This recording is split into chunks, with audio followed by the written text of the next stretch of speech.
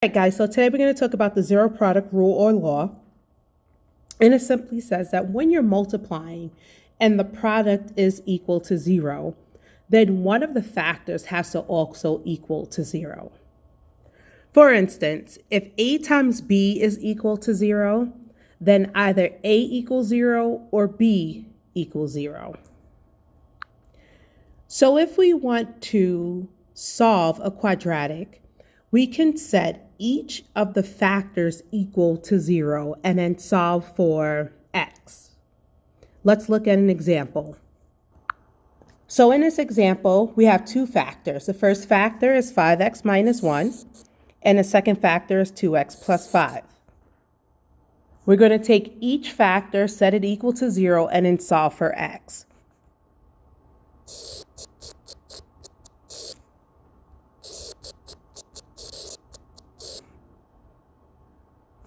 So in the first factor, when we solve for x, we're going to add 1 to both sides.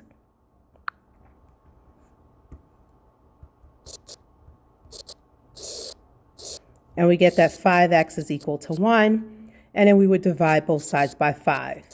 So we get that x is equal to 1/5. So in the first factor, if x was 1/5, that whole factor would be equal to 0. And then we're going to do the same thing with the second factor. We're going to solve for x. So you subtract 5 from both sides. We would get that 2x is equal to negative 5. And then divide both sides by 2. So x is equal to negative 5/2. Okay? In this second example, sorry about the bell, I'm at the school. In the second example, we're going to have to do a step before we actually get to the solving piece. So let's say we had x squared plus 9x is equal to 0. The first thing we have to do is factor.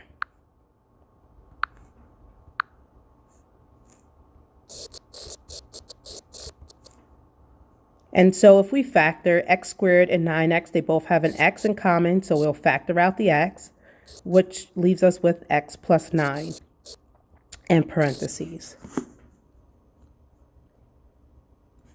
Once we factor, then now we could solve for x by setting each factor equal to 0.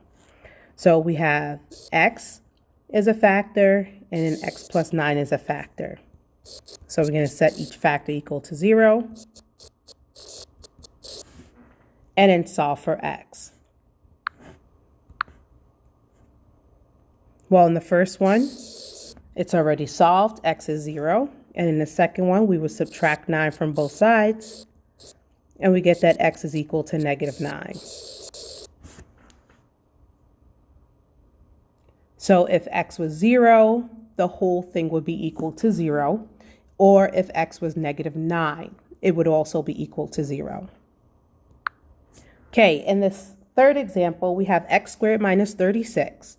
So the first thing we have to do is factor. When we factor this guy, you can look and see that there's no greatest common factor of x squared and 36. However, this is the difference of perfect squares. Difference because there's subtraction there. Okay, x squared is the product of x times x, and 36 is the product of 6 times 6. So when I factor,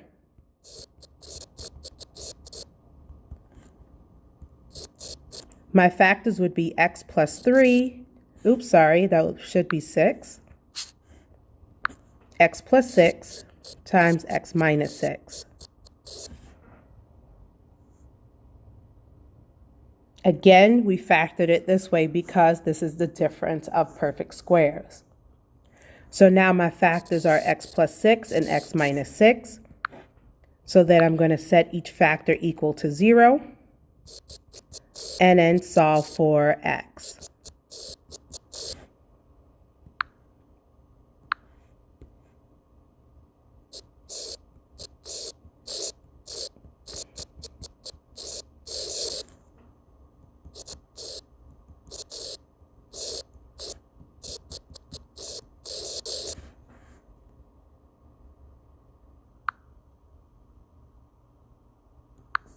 Okay, so in this fourth example, we could look.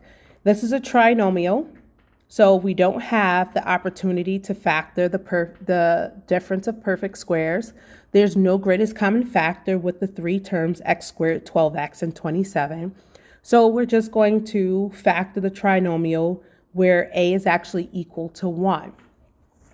So when we factor this trinomial, we'll get two binomials.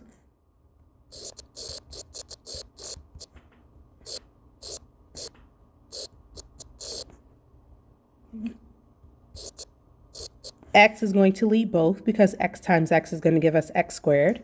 And so remember, I'm thinking of two numbers that will multiply to give me 27. So it has to multiply to give me 27, but add together to give me 12. Okay. And so the two numbers that will work will be 9 and 3.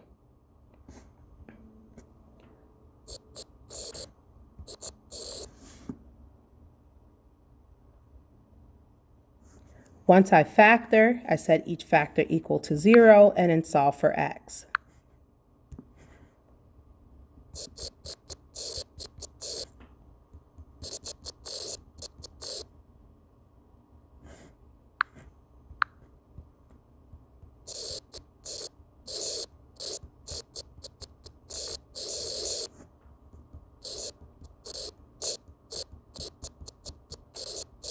And done.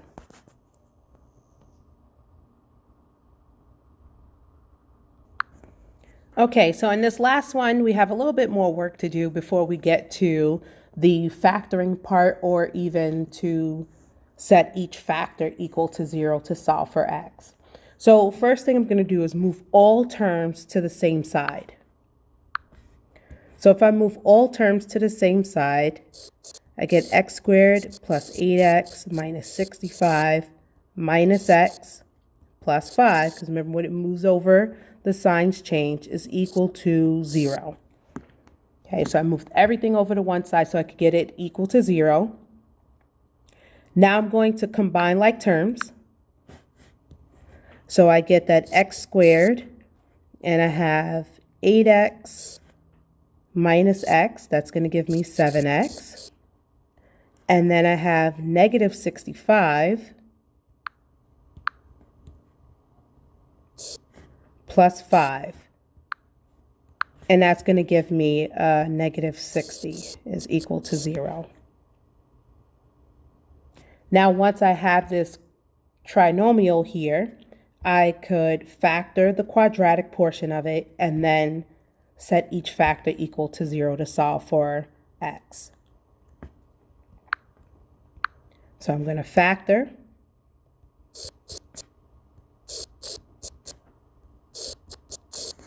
So again, I need two numbers that when I multiply them, they give me negative 60. But when I add them, they give me a positive 7.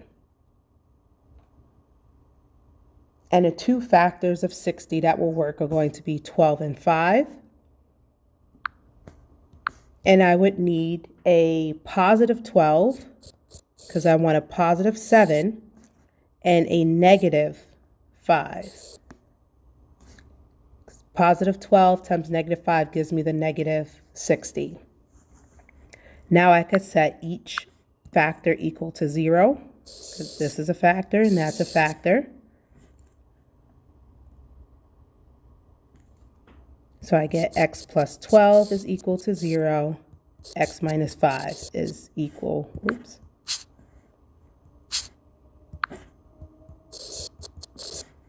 and then solve.